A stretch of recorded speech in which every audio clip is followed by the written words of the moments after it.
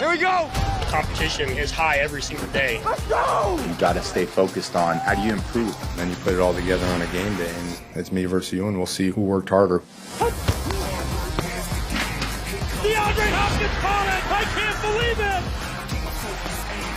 Aaron Donald rips into the turn. Come on. The chase is on. DK Metcalf catches him.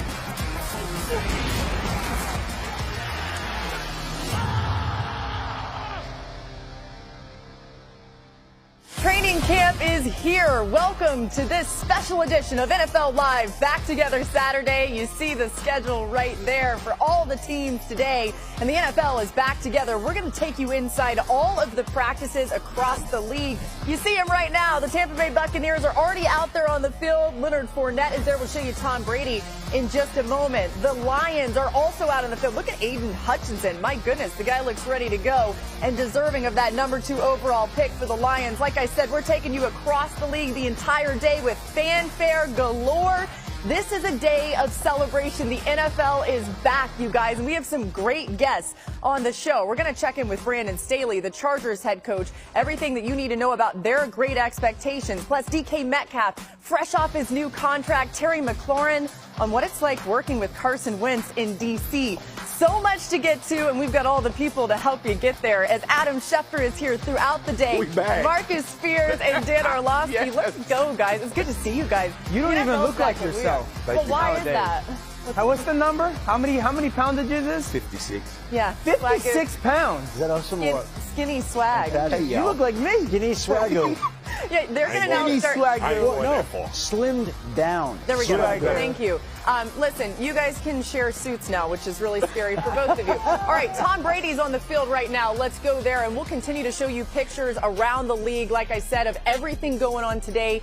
You get to see your favorite players, your favorite teams back out there. Dan, you see them walking out there. We'll get to some of the news around the injuries there, but what do you think about Brady going into this season? Well, first of all, I don't like the black socks with the white cleats. That's the contrast. We got to go white on white there.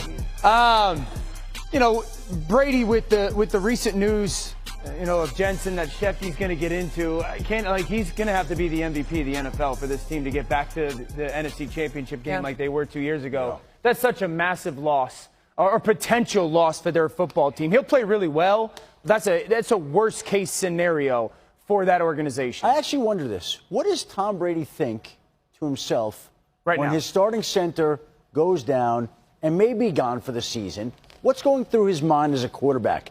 Because he's such a positive, upbeat guy, and it's the start of the season.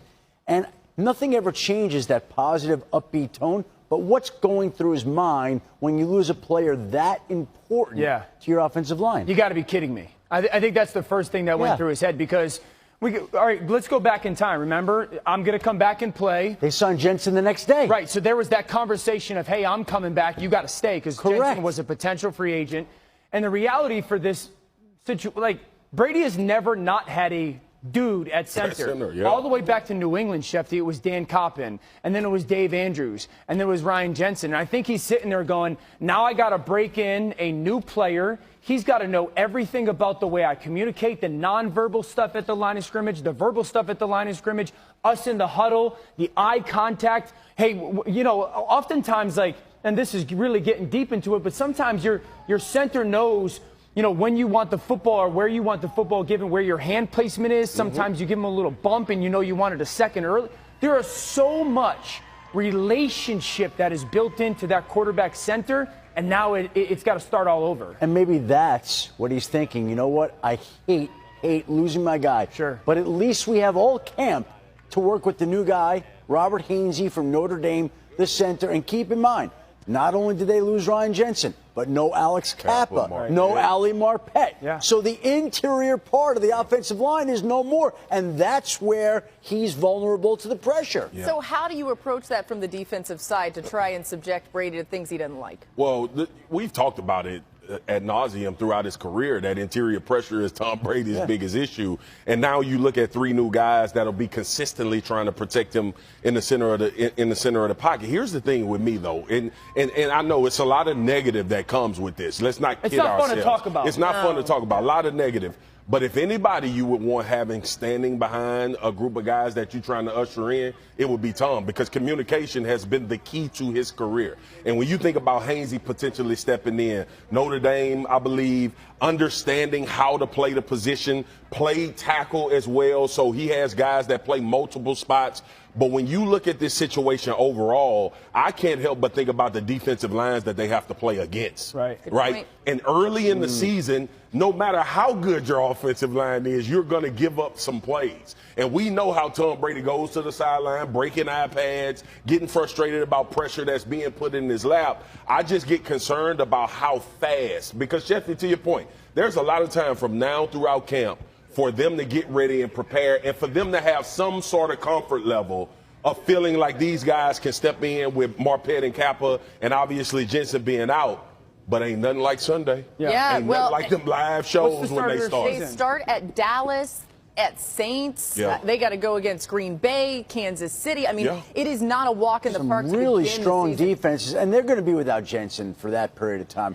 They have yet to say exactly what he suffered. I think there's a lot of people that just know it's a significant injury. They themselves have said it doesn't look good. Todd Bowles himself has said it's going to be months. So you have to, I think, go in with the idea that you're not going to have Ryan Jensen this season. And if he comes back later on in November or December, great. But until then, Robert Hainsey is your guy at center, and you have to try to figure out a way to bring his play up to speed. And I think it's important to point out this not only puts pressure on Tom in the relationship with Robert Hainsey, it's also Byron Leftwich as the play caller.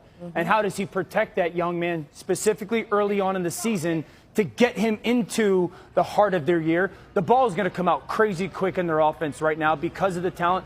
And the reality is we'll see what the long-term play with Jensen is. This will be a very different looking offense in December than it is in September because of either Hainsey's development or Jensen coming back and Chris Godwin coming off of the ACL and finally getting him to full health as the season goes on. And no Gronk as a blocker either. And Gronk as a blocker is a big deal. Well, maybe by December Gronk comes back. You never know. Oh, that's true, too. A lot of people will be excited about that. Remember, too, that Todd Bowles is the new head coach there. Of course, Bruce Arians retired. So many more camps to get to. You're looking at the schedule right now when all of these teams are taking the field. Remember, every single NFL team back together today. Let's get a little preview of what they're watching. And we're going to start with Diana Rossini at the Jets with our great reporters today. Hey, Laura, guys, it is good to be back together. And the New York Jets, well, they're just trying to get it together. All eyes on Zach Wilson in his second year after a really up and down rookie season. Wilson went to his coaches during the offseason and said, what do I need to do to get better? And they said, well, it starts with your physical makeup. And Wilson listened to their advice. He showed up on a whole new diet. It's all healthy food, no more junk food, and he added some muscle mass, a good first sign for the second-year quarterback. And the New York Jets are hoping he takes that next step like we saw in Buffalo with Josh Allen. And that's where we find our Jeremy Fowler. Thank you, Diana. The Buffalo Bills remain ecstatic about the presence of Von Miller out here in training camp. I just spoke with General Manager Brandon Beane, and he told me that when you acquire a player like Miller, it's because he has something that you don't. And for the Bills, that meant not only unique pass rushing skills, but also unique leadership. Beane told me that when he did his homework on Miller, he realized such a deep